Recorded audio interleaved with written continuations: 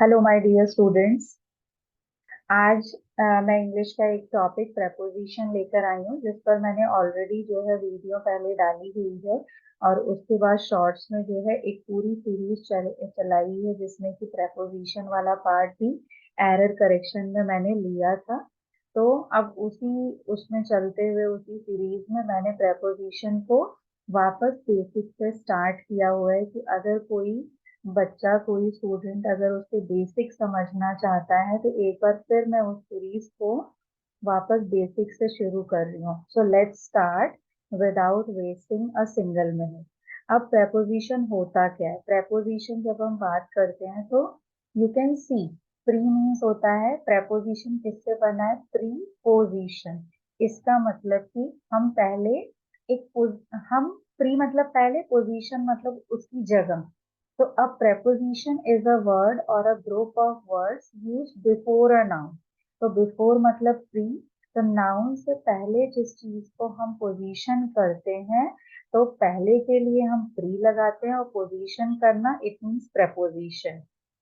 तो preposition जो words होते हैं उसकी पोजीशनिंग कहाँ होती है? बिफोर अ नाउन, pronoun और नाउन फ्रेज। क्या चीज के लिए होती है? ताकि हम डायरेक्शन बता सकें, टाइम बता सकें, प्लेस बता सकें और लोकेशन। अब बात आती है कि प्रपोजिशन कितनी तरह की होती है। तो मेन जो प्रपोजिशन होते हैं उसके मेन टाइप्स क्या होते हैं? वो हमारा होता है प्रपोजिशन ऑफ प्लेस, जो कि प्लेस के बारे में बताएगा।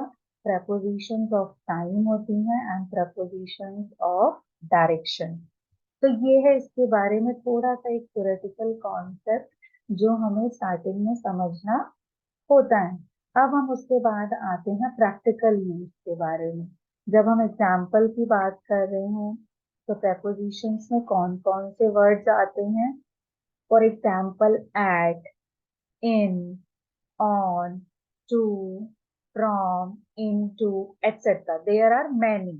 तो हम पहले कुछ जो डेली रूटीन में हमारे बहुत सारे प्रपोजिशंस यूज होते हैं, पहले हम उनको लेंगे, और धीरे धीरे हम इस सीरीज को बढ़ाते हुए जो rest of the propositions word हैं हम उनको भी लेंगे। ओके, सो हम पहले जो वर्ड लेने जा रहे हैं प्रपोजिशन में वो है एट, ए टी, एट।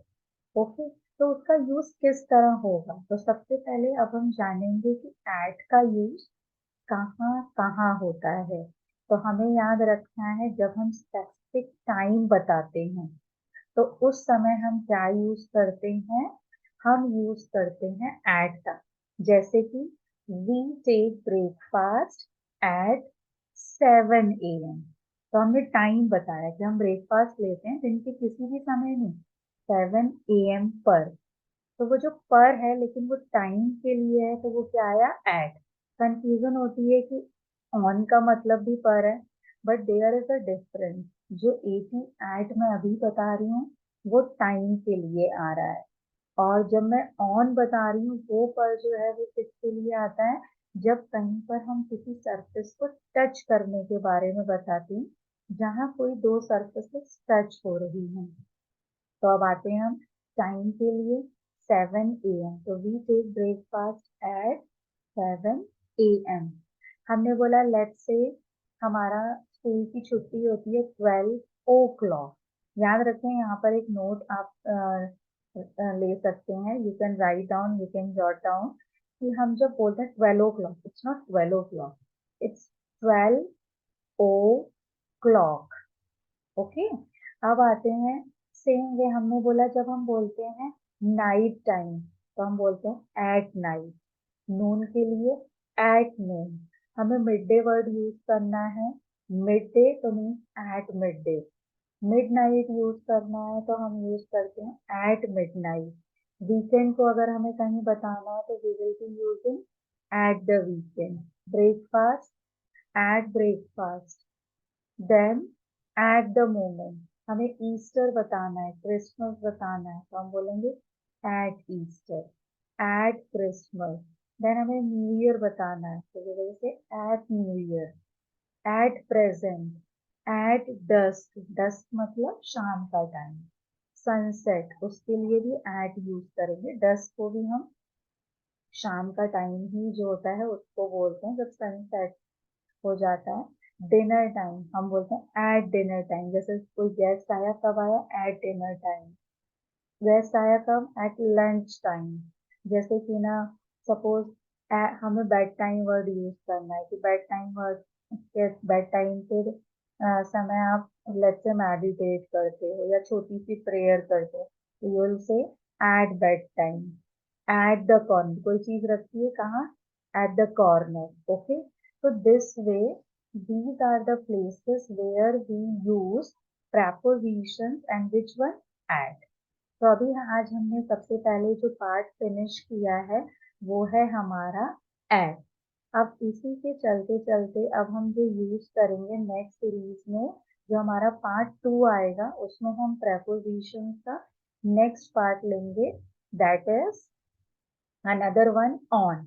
कि ऑन कहाँ कहाँ यूज होता है। So be tuned with this series so that we can finish it timely.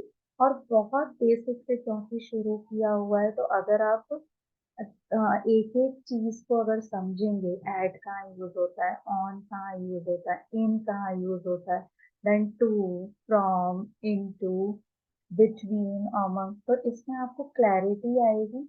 जब आप किसी कॉम्पिटिटिव एग्जाम को फाइट कर रहे हैं, उसके लिए कॉम्पीट कर रहे हैं, तो जो छोटी छोटी मिस्टेक होती हैं, एरर्स होते हैं वाइल अटेम्प्टिंग, वो नहीं होंगे।